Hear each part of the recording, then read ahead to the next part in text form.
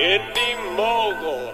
This week on Indie News, YouTube hits a big milestone, filmmaking goes smaller than ever, new firmware for the Canon 5D, and that lens you're using is completely distorting reality.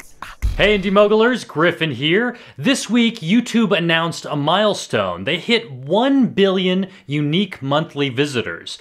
That means that nearly half the people that use the internet watch YouTube videos. But what's going on with the other half? Why don't they watch YouTube? If you know someone who doesn't watch YouTube, who doesn't watch Indie Mogul, get them over here. Tell them to subscribe, right here, to Indie Mogul. Today, let's talk about how lenses completely distort reality. Here's a close-up of my friend Chris, who's wondering right now why I'm stalking him with my camera. With a 35mm lens, my crop sensor camera is 2 feet away from my face, capturing this extreme close-up. But if I zoomed out to 12mm, I'd have to put the camera this close to get the framing somewhat the same. But even though the framing's the same, the perspective is completely distorted. I look really weird, right? So does Chris at 12mm, and so does Carrie. That's because wide-angle lenses stretch distance. In this race, which Griffin is running faster? Yeah!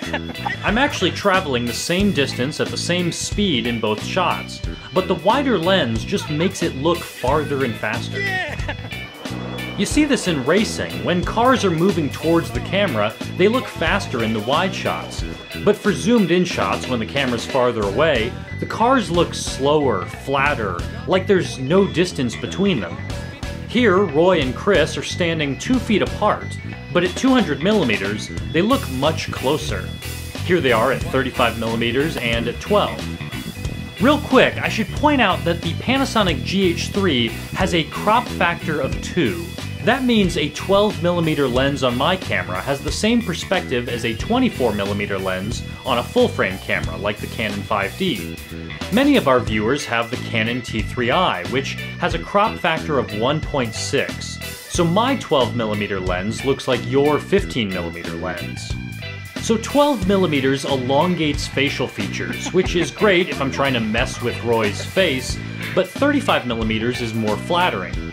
If I'm interviewing Annie, she'll look better at 35mm than at 12. I could move even farther away with more zoom, but this begins to flatten facial features. Each focal length has a purpose. Wide-angle lenses will always make spaces look bigger, and I found that on my glide cam, 12 to 14mm looks good. It feels like a first-person point of view. This is just too tight. You need the wider field of view to feel the perspective change as you move through a space. But 30mm is ideal when you just want things to look normal. Like when you're sharing filmmaking news with Indie Mogulers. If you happen to own the Canon 5D Mark III, this past week was pretty exciting. First, Magic Lantern released new firmware that allows raw video recording.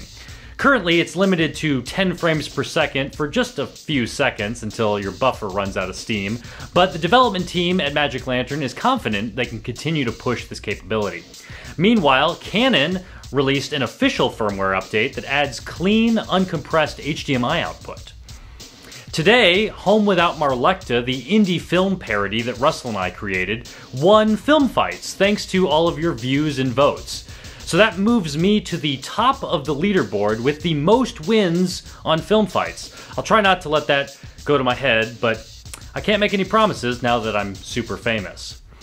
IBM this week released a video that they're calling the world's smallest movie. Their lens magnifies reality 100 times its actual size. Those are atoms you're seeing manipulated into a stop-motion film. Today's playlist begins with that film, A Boy and His Atom, followed up by how IBM created this film. And then I have this short but beautiful hyperlapse from an Indie Moguler who watched my episode from 2 weeks ago and created this video. It's great, you gotta check it out. And finally, this week's new and notable video contests.